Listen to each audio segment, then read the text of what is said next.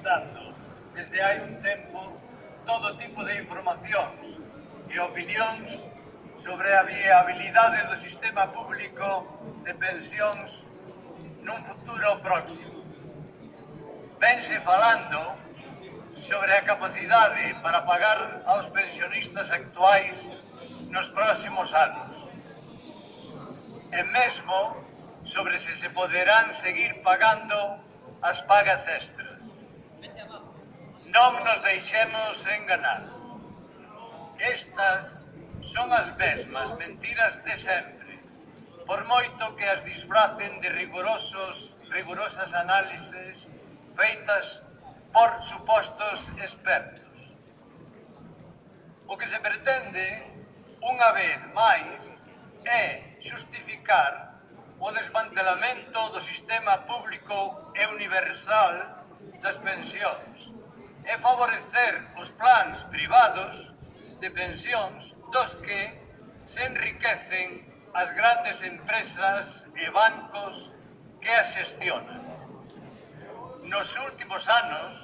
coas sucesivas reformas aprobadas tanto polo PSOE como polo PP, pasamos porque en varios exercicios non se revisara o importe nominal das pensións ou que se fixera por baixo da inflación ata que no ano 2013 o Partido Popular eliminou a lei que establecía o IPC para o cálculo do incremento das pensións, promovendo un duro recorte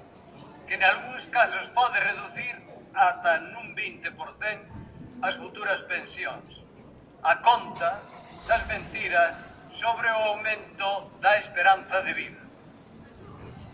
Estas reformas, aprobadas polos gobernos alternos do PSOE e do PP, complican cada vez máis o acceso ás pensións contributivas, diminúen as contas das pensións de quen accede ao sistema e atrasan a idade efectiva de xubilación.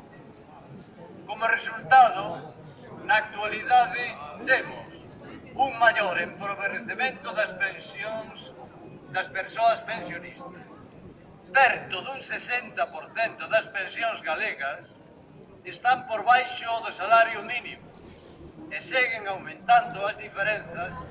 como demostra que as pensións na Galiza estean máis de 15 puntos por baixo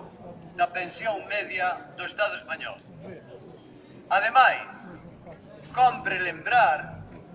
que, como noutros ámbitos, tamén no caso das pensións, as mulleres son as máis perxudicadas por teren unha vida laboral máis precaria e con importantes lagoas de cotización